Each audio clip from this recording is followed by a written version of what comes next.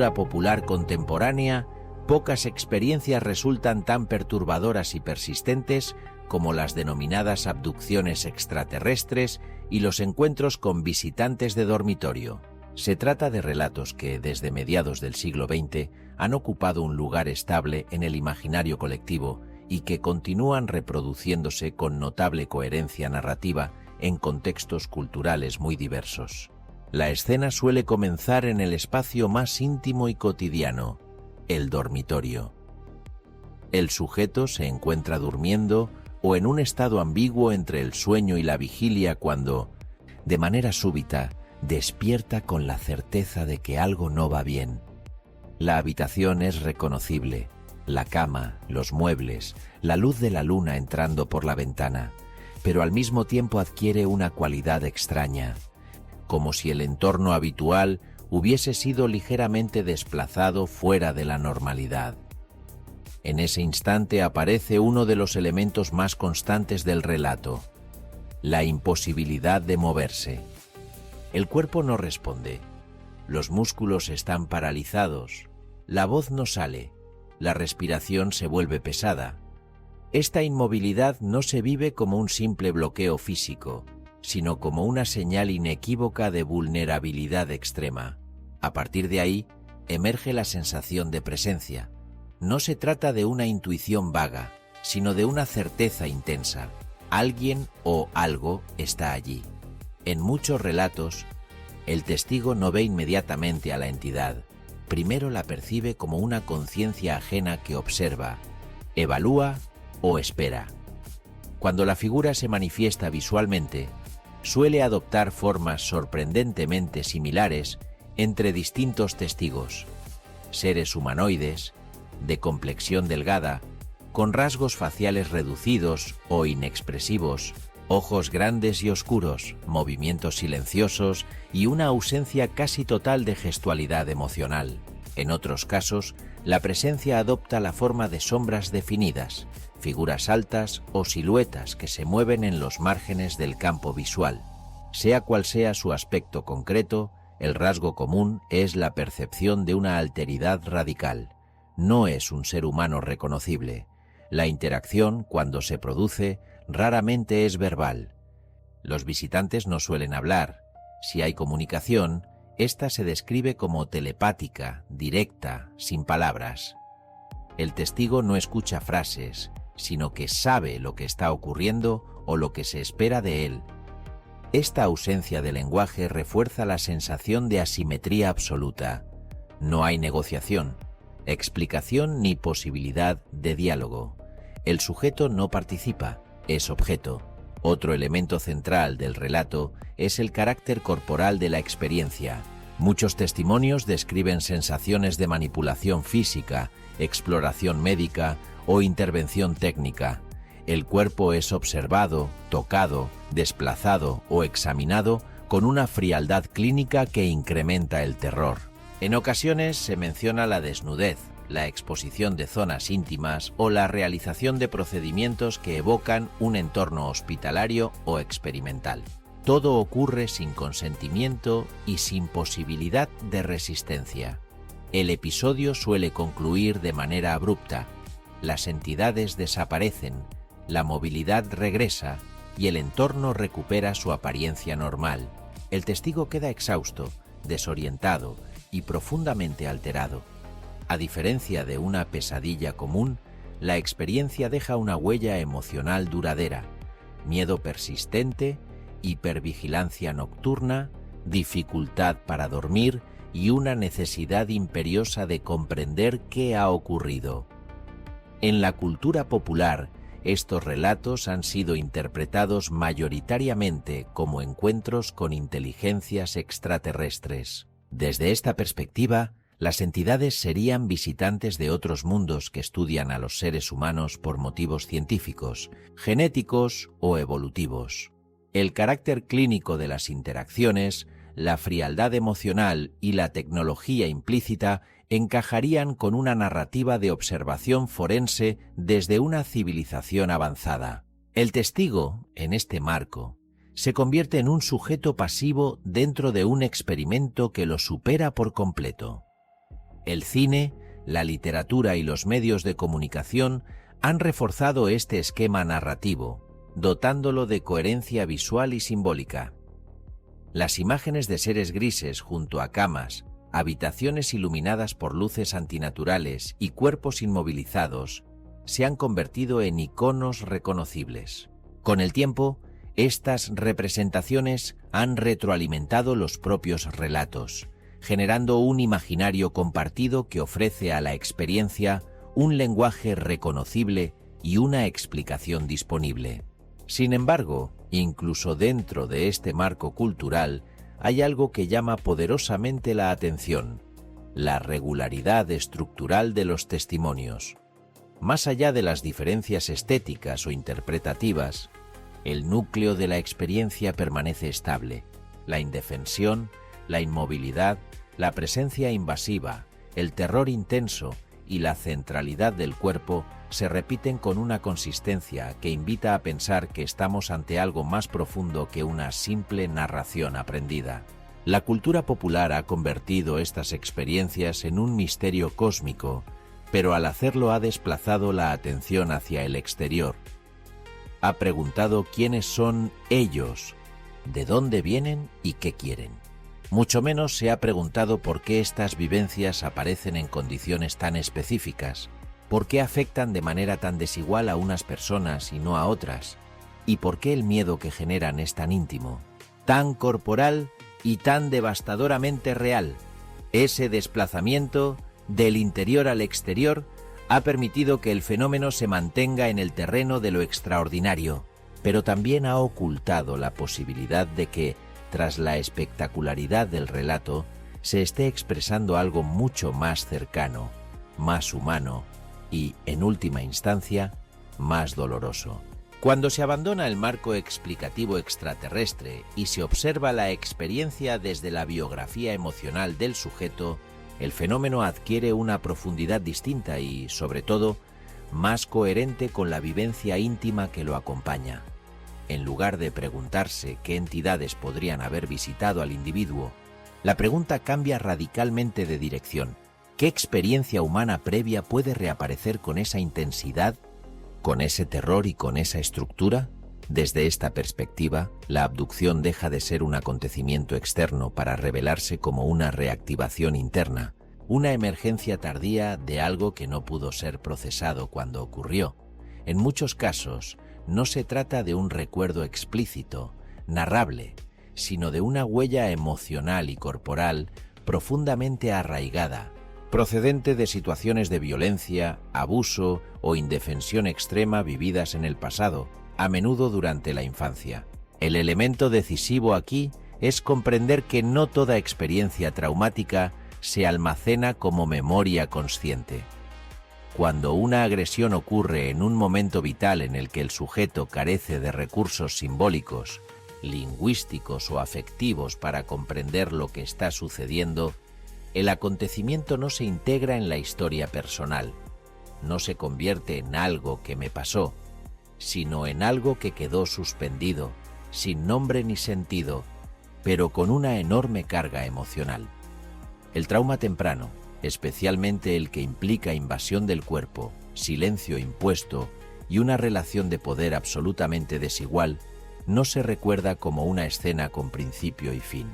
Se conserva como una constelación de sensaciones: miedo, parálisis, asco, confusión, desconexión del propio cuerpo, sensación de irrealidad. Esas sensaciones no desaparecen con el tiempo. Permanecen latentes, esperando condiciones similares para reactivarse. Cuando, en la edad adulta, el individuo entra en un estado de vulnerabilidad, el sueño, la parálisis nocturna, una situación de estrés extremo, esas huellas pueden activarse sin previo aviso. El sujeto no recuerda lo que ocurrió, pero revive cómo se sintió, y ese cómo se sintió es tan intenso que la mente necesita explicarlo de alguna manera. Surge entonces una experiencia que no remite al pasado, sino que se vive como presente absoluto. Aquí se produce un mecanismo clave. La mente adulta no puede permitirse reconocer directamente el origen humano de ese terror. Aceptar que lo que está emergiendo procede de una agresión real infligida por otra persona, especialmente si esa persona pertenecía al entorno de confianza, supondría una fractura psíquica difícil de sostener. Para proteger la identidad actual, el recuerdo se transforma. El agresor pierde su rostro humano y se convierte en algo radicalmente otro.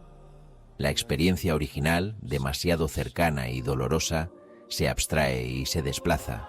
El visitante de dormitorio no es, en este sentido, una invención gratuita, sino una metáfora defensiva, una figura que permite revivir el terror sin reconocer plenamente su fuente. Este desplazamiento explica por qué las entidades descritas carecen casi siempre de rasgos humanos reconocibles. No hablan con palabras, no expresan emociones, no establecen vínculos.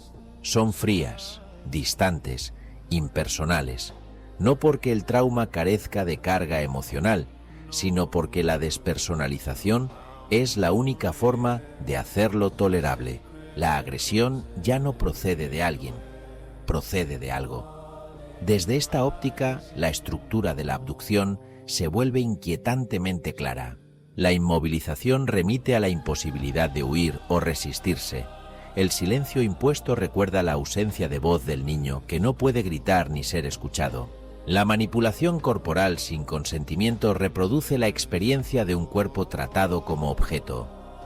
La sensación de observación constante evoca la vivencia de estar bajo el control absoluto de otro. Nada de esto es arbitrario. Incluso el carácter clínico de la experiencia cobra un nuevo significado. La frialdad, la metodología, la ausencia de violencia explícita no contradicen la hipótesis traumática. Al contrario, la refuerzan. Muchas agresiones reales no se vivieron como explosiones de furia, sino como actos repetidos, silenciosos, sistemáticos. El trauma no siempre se codifica como caos, sino como procedimiento. Es importante subrayar que esta reinterpretación no implica que toda persona que relata una abducción haya sufrido necesariamente un abuso concreto identificable. El trauma adopta muchas formas y puede originarse en contextos diversos: violencia doméstica, negligencia extrema, experiencias médicas invasivas, situaciones prolongadas de terror o humillación. Lo común no es el hecho concreto, sino la vivencia de indefensión radical. Tampoco significa que el sujeto esté inventando su experiencia. Al contrario, lo que se manifiesta es auténtico en términos emocionales. El terror es real, la sensación corporal es real, la presencia es real para quien la vive. Lo que no es literal es la explicación extraterrestre. Esa explicación funciona como un relato disponible culturalmente para dar forma a algo que, de otro modo, resultaría insoportable o incomprensible. Vista así, la abducción no es una visita, sino un retorno, no de un recuerdo consciente, sino de una herida encapsulada, no del pasado como historia, sino del pasado como estado corporal y emocional. La experiencia no informa sobre otros mundos, sino sobre la persistencia de aquello que no pudo ser elaborado cuando ocurrió. Este enfoque desplaza el fenómeno desde el terreno de lo extraordinario hacia el de lo trágicamente humano. No nos habla de inteligencias externas que nos observan, sino de cómo la mente protege al sujeto de una verdad demasiado dolorosa para ser afrontada directamente. La figura del visitante no invade desde fuera, emerge desde dentro, como el eco deformado de una agresión que nunca encontró palabras. Es a partir de aquí, y solo a partir de aquí, cuando resulta posible abordar el fenómeno desde la neuropsicología del trauma y comprender por qué el cerebro humano es capaz de generar experiencias tan vívidas, tan coherentes y tan aterradoras sin necesidad de recurrir a hipótesis extraordinarias. Para comprender por qué estas experiencias pueden resultar tan vívidas, coherentes y aterradoras sin necesidad de recurrir a visitas de entidades externas, es necesario descender al funcionamiento básico del cerebro humano bajo condiciones de amenaza extrema. El trauma no es un recuerdo común, es una alteración profunda del modo en que el sistema nervioso procesa, almacena y reactiva la experiencia. Cuando una persona, especialmente un niño, se enfrenta a una agresión que desborda completamente su capacidad de comprensión y respuesta, el cerebro no actúa como un narrador que registra los hechos, sino como un organismo que intenta sobrevivir. En esos momentos, los sistemas más antiguos y primitivos del cerebro toman el control. La amígdala, encargada de la detección de peligro, entra en un estado de hiperactivación. Su función no es interpretar ni contextualizar, sino lanzar una alarma inmediata. Al mismo tiempo, las áreas corticales responsables del lenguaje, la reflexión, la secuenciación temporal y la construcción del relato autobiográfico reducen su actividad. Esto tiene una consecuencia decisiva. La experiencia no se codifica como un recuerdo con palabras, sino como un estado corporal y emocional. Este fenómeno explica por qué muchas personas que han sufrido traumas tempranos no recuerdan lo ocurrido de manera explícita, pero reaccionan de forma intensa ante estímulos aparentemente neutros. El cuerpo recuerda lo que la mente no puede narrar. Se trata de lo que la psicología denomina memoria implícita, una memoria que no se expresa como historia, sino como sensación, reacción automática y estado emocional. Con el paso del tiempo, estas huellas pueden permanecer latentes, encapsuladas. No interfieren necesariamente en la vida cotidiana, pero tampoco desaparecen. Permanecen como circuitos sensibilizados, listos para activarse cuando el contexto reproduce, aunque sea de manera parcial, las condiciones originales del trauma: indefensión, inmovilidad, silencio, oscuridad, pérdida de control. El sueño, y en particular la fase REM, es uno de los estados más vulnerables en este sentido. Durante el sueño, el cuerpo se paraliza de forma natural para evitar que se actúen los sueños. Esta parálisis fisiológica, perfectamente normal, puede convertirse en un detonante cuando la conciencia despierta parcialmente mientras el cuerpo sigue inmovilizado. El sistema nervioso interpreta esa inmovilidad como una señal de peligro extremo. En ese instante, la amígdala vuelve a activarse con intensidad, pero el cerebro racional aún no está plenamente operativo. El resultado es un estado híbrido. El cuerpo está paralizado, la conciencia está despierta y el cerebro emocional está en alerta máxima. La mente busca desesperadamente una causa para explicar el terror que siente, y la encuentra generando una presencia. Es importante subrayar que esta presencia no es una invención voluntaria ni una fantasía consciente. El cerebro humano está diseñado para detectar agentes. Ante una amenaza difusa, prefiere asumir que hay alguien antes que enfrentarse a un peligro sin forma. Este mecanismo fue adaptativo en contextos ancestrales. En el trauma se vuelve perturbador. La figura que emerge, el visitante, no surge al azar. Está construida a partir de fragmentos sensoriales, emociones encapsuladas y marcos culturales disponibles. No tiene por qué parecerse al agresor original. De hecho, suele ser deliberadamente distinta. La mente protege al yo adulto, evitando la identificación directa. El resultado es una entidad abstracta, no humana, que concentra todo el terror sin activar el reconocimiento. Desde la neuropsicología, este proceso se entiende como una reactivación disociativa.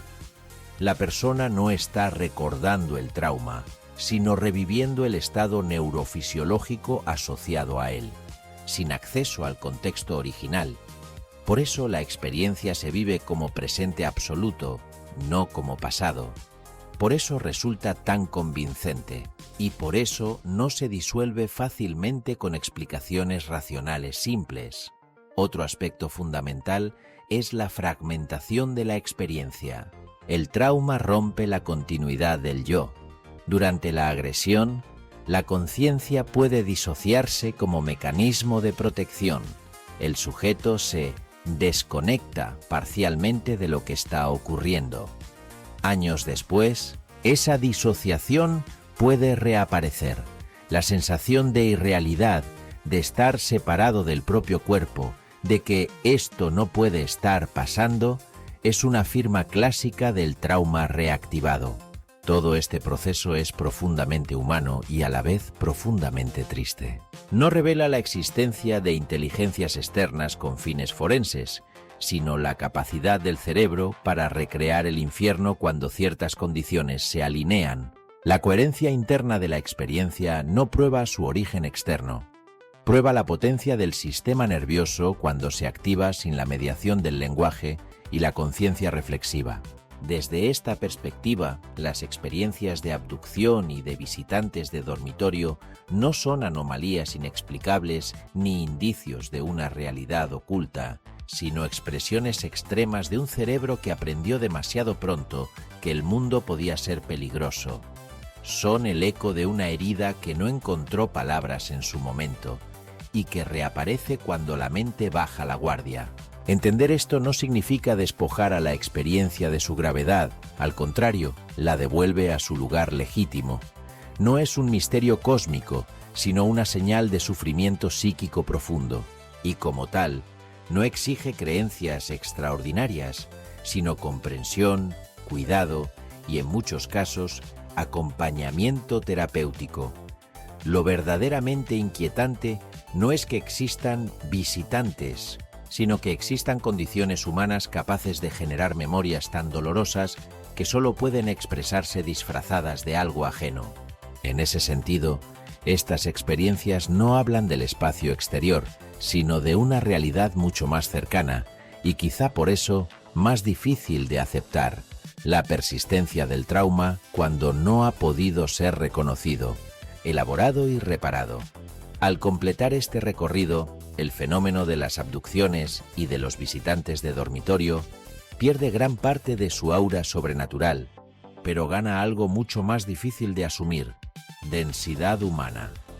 Lo que en la cultura popular se presenta como un enigma cósmico aparece, desde esta lectura, como una manifestación tardía de experiencias de dolor, miedo y vulnerabilidad que no pudieron ser integradas cuando ocurrieron. La hipótesis extraterrestre tiene una ventaja evidente. Desplaza el origen del terror fuera del mundo humano. Convierte la experiencia en algo excepcional, ajeno, casi épico. El sujeto no es una víctima de la violencia de otros seres humanos, sino el protagonista involuntario de un encuentro con inteligencias superiores. Hay miedo, sí, pero también una cierta grandeza narrativa. El horror adquiere una dimensión externa que lo hace más soportable. La explicación psicológica, en cambio, resulta más modesta y más devastadora. No habla de visitantes de otros mundos, sino de cuerpos que aprendieron demasiado pronto lo que era no tener control, silencio, indefensión y una memoria que no encontró salida. Esta lectura también explica por qué estas experiencias rara vez traen mensajes, revelaciones o conocimientos. No hay sabiduría oculta ni advertencias para la humanidad. Solo hay procedimientos, observación, manipulación y retirada. El trauma no transmite contenido, transmite estado. No comunica ideas, comunica sensaciones. Por eso estas vivencias dejan miedo, no sentido. Comprendido así, el fenómeno deja de ser una anomalía para convertirse en un síntoma. No un síntoma individual aislado, sino un síntoma cultural. Una sociedad que tiene dificultades para mirar de frente la violencia ejercida sobre los más vulnerables genera relatos que la desplazan hacia lo externo. Es más fácil imaginar seres fríos de otros planetas que asumir la frecuencia con la que el daño se produce dentro de los hogares, las instituciones o los entornos que deberían haber sido protectores. Nada de esto implica negar la experiencia de quien la vive. Al contrario, la toma profundamente en serio. Reconoce su intensidad, su coherencia interna y su capacidad para marcar una vida, pero rechaza la necesidad de envolverla en un misterio cósmico para legitimar su realidad. No hace falta que algo venga de las estrellas para que sea aterrador. Basta con que haya ocurrido cuando no se podía comprender ni defenderse. Esta perspectiva también permite algo fundamental: devolver agencia y dignidad al sujeto.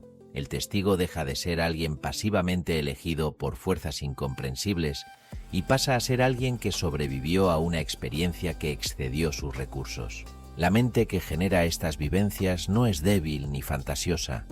Es una mente que encontró una forma extrema de protegerse cuando no había alternativas. Finalmente, esta explicación abre una puerta que la narrativa extraterrestre suele cerrar: la posibilidad de integración. Cuando el fenómeno se entiende como expresión del trauma, deja de ser un enigma inabordable y se convierte en algo que puede ser trabajado, acompañado y, en muchos casos, atenuado. El terror pierde parte de su poder cuando se reconoce su origen, cuando deja de vivirse como una invasión inexplicable y se entiende como la reactivación de una herida antigua. El precio de esta comprensión es alto. Exige renunciar a explicaciones espectaculares y aceptar una verdad más gris y más dolorosa: que algunas de las experiencias más inquietantes que atribuimos a lo desconocido no hablan del universo, sino de nosotros mismos. Hablan de lo que ocurre cuando el sufrimiento no encuentra palabras, cuando la violencia no es nombrada, cuando la memoria se ve obligada a hablar en forma de presencias. En ese sentido, el misterio no está en el cielo nocturno ni en habitaciones iluminadas por luces imposibles. Está en la capacidad humana para seguir viviendo después de lo intolerable, y en la forma, a veces terrible, en que ese pasado no resuelto reclama ser visto.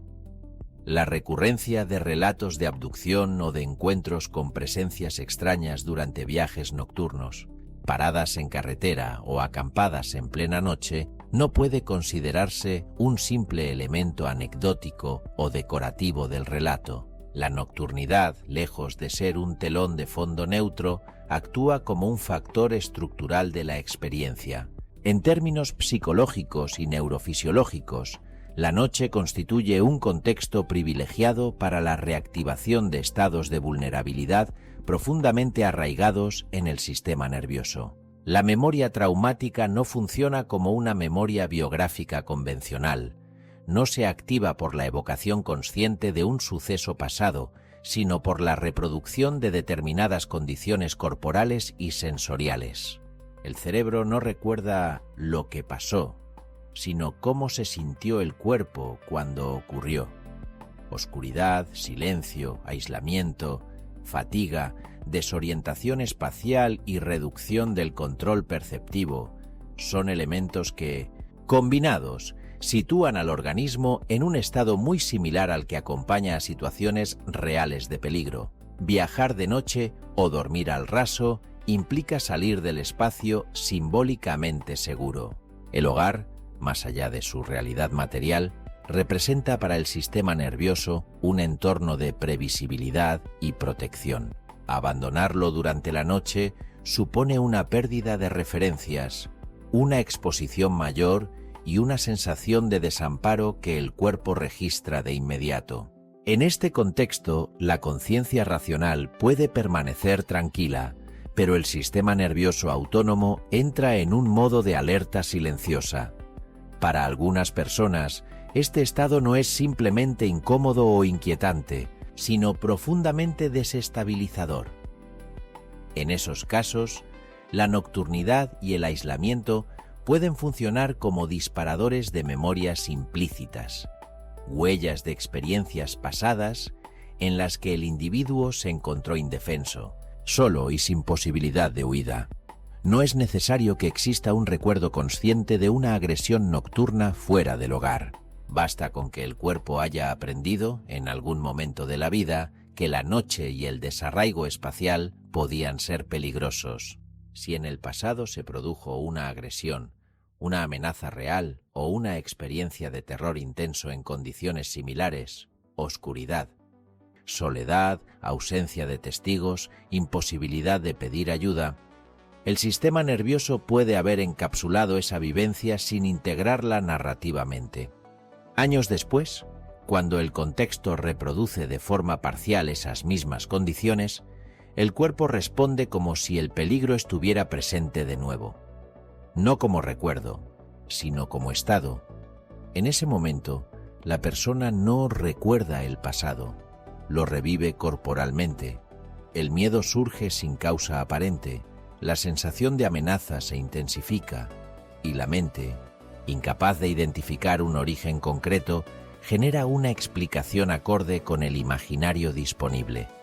La experiencia se vive como algo que ocurre desde fuera, como una intrusión, no como una memoria interna.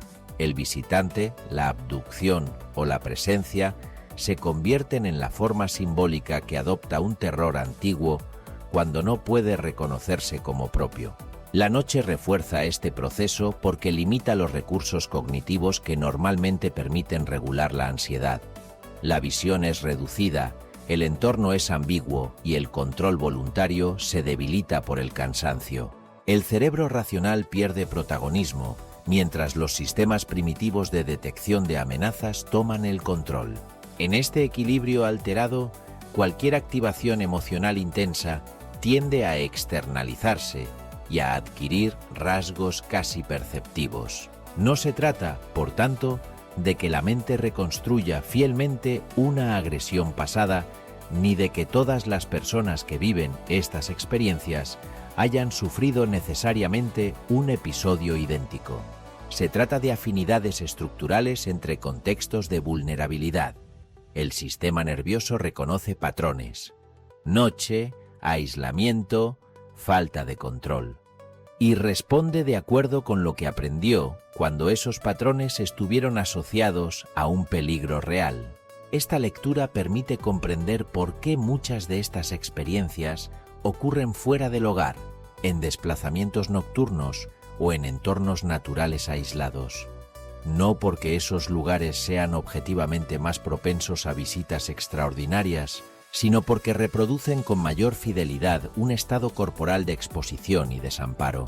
El fenómeno no habla de encuentros fortuitos con lo desconocido, sino de la persistencia de memorias que no han podido ser integradas y que emergen cuando el cuerpo vuelve a sentirse, aunque sea por unos instantes, tan vulnerable como entonces. Vista así, la nocturnidad deja de ser un elemento misterioso y se revela como una clave interpretativa fundamental. No apunta hacia el exterior, sino hacia el pasado del individuo y hacia la forma en que su sistema nervioso aprendió a anticipar el peligro. Lo que parece una irrupción desde fuera puede ser, en realidad, el eco de una experiencia antigua que encuentra en la noche el escenario adecuado para manifestarse. Una de las cuestiones más reveladoras y menos tratadas del fenómeno de las abducciones y de los visitantes de dormitorio es su frecuencia desigual. Mientras que algunas personas relatan 1 o 2 episodios aislados a lo largo de toda su vida, otras describen experiencias repetidas durante años, a veces con una regularidad inquietante. Esta diferencia no es aleatoria ni caprichosa y tampoco apunta a una mayor sensibilidad a lo extraordinario. Remite más bien a cómo está organizado el trauma en el sistema nervioso y a qué grado de integración ha alcanzado. Cuando una experiencia de este tipo ocurre de manera aislada, suele coincidir con un momento vital muy concreto, una etapa de estrés extremo, una crisis emocional, un periodo de agotamiento físico, una situación de vulnerabilidad intensa o un contexto que reproduce de forma muy clara las condiciones del trauma original. El sistema nervioso se ve sobrepasado, reacciona con los mecanismos que aprendió en el pasado y genera una experiencia extrema. Sin embargo, una vez que ese estado desaparece y el equilibrio se restablece, la activación no vuelve a producirse. En estos casos, el trauma, si existe, está parcialmente encapsulado, pero no completamente desorganizador. Puede tratarse de una vivencia pasada dolorosa, incluso grave, pero que encontró algún tipo de contención posterior, apoyo emocional, elaboración simbólica, distancia temporal suficiente o una estructura de personalidad capaz de integrar lo ocurrido. La experiencia aparece entonces como una fuga puntual del sistema, no como un patrón estable. En cambio, cuando estas vivencias se repiten durante años, el cuadro suele ser distinto. Aquí no estamos ante una activación ocasional, sino ante un sistema nervioso que permanece en estado de alerta crónica, incluso cuando la persona lleva una vida aparentemente funcional. El trauma no está solo encapsulado, está mal integrado. No ha encontrado una vía de elaboración ni ha podido ser reconocido como pasado. Permanece activo, latente, esperando condiciones mínimas para reaparecer. La diferencia fundamental no es la gravedad objetiva del suceso original, sino el momento vital en que ocurrió y la soledad psíquica con la que fue vivido. Los traumas tempranos, prolongados o repetidos, especialmente aquellos que implicaron invasión corporal, traición de figuras de confianza o imposibilidad absoluta de pedir ayuda, tienden a organizarse como estructuras profundas del yo. No son recuerdos que se tienen, sino experiencias que se es. En estos casos, el sistema nervioso aprende que el peligro no es excepcional, sino potencialmente constante. La vigilancia se vuelve una forma de estar en el mundo. La noche, el sueño, el silencio o el aislamiento no activan un recuerdo concreto, sino una disposición general al miedo. Las experiencias de visitantes no son entonces reactivaciones puntuales, sino manifestaciones periódicas de un mismo estado de fondo. Otro factor decisivo es la relación de la persona con la experiencia misma. Cuando el episodio se interpreta como algo absolutamente externo, inexplicable y ajeno, una abducción literal, una intrusión de fuerzas desconocidas, la vivencia queda sellada como un misterio insoluble. No puede elaborarse porque no se reconoce como propia. Esto, paradójicamente, aumenta la probabilidad de repetición, ya que el sistema nervioso no recibe ninguna señal de que el peligro pertenece al pasado. Por el contrario, cuando la persona logra, aunque sea de forma incipiente, reconocer la experiencia como una reacción interna, incluso sin identificar aún su origen, el fenómeno tiende a perder intensidad. No desaparece de inmediato, pero comienza a transformarse. El miedo deja de ser absoluto. La presencia deja de ser omnipotente. La experiencia sigue ocurriendo, pero ya no domina por completo la conciencia. También influyen factores de regulación emocional aprendidos a lo largo de la vida. Personas que han desarrollado recursos para reconocer sus estados internos, tolerar la angustia y permanecer presentes en situaciones de malestar tienen más probabilidades de experimentar estos episodios como transitorios. En cambio, quienes aprendieron muy pronto a disociarse para sobrevivir tienden a reactivar la disociación cuando el sistema se sobrecarga. Y la disociación es el terreno fértil de estas experiencias. Es importante subrayar que la repetición no indica debilidad ni patología en un sentido banal. Indica, más bien, que el trauma sigue activo como organización, no como recuerdo. El sistema nervioso no distingue entre pasado y presente cuando ciertos umbrales se cruzan. Si no hay una narrativa interna que sitúe la experiencia en el tiempo, esto ya pasó, el cuerpo actúa como si estuviera ocurriendo de nuevo. Por eso algunas personas viven estas experiencias solo una o dos veces, en momentos de quiebre, y otras las arrastran durante años. No es una diferencia de imaginación ni de credulidad, sino de grado de integración del trauma. Donde hay integración, hay episodios. Donde no la hay recurrencia. Esta distinción es crucial porque permite abandonar la idea de un fenómeno inexplicable o caprichoso y entenderlo como un continuo. En un extremo, la activación puntual de un recuerdo corporal.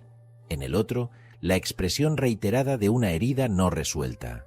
En ambos casos, lo que se manifiesta no es una visita, sino una memoria que no ha encontrado aún una forma menos aterradora de hacerse escuchar. Desde esta perspectiva, la pregunta ya no es por qué algunas personas son visitadas repetidamente, sino qué condiciones permitirían que el sistema nervioso dejara de necesitar esa forma extrema de expresión. Y esa pregunta, a diferencia de las narrativas extraordinarias, apunta hacia un terreno difícil, pero genuinamente humano, el del reconocimiento, la elaboración y la posibilidad de que el pasado deje, por fin, de irrumpir como presente. Queridos amigos, he entrevistado durante 4 décadas a personas que aseguraban haber sido abducidas. Todas ellas me contaron sus experiencias en detalle. Sin embargo, siempre llegué a la misma conclusión y nada me demostró hasta la fecha lo contrario. Me encantaría que la explicación fuese otra, pero no he podido encontrarla en todo este tiempo.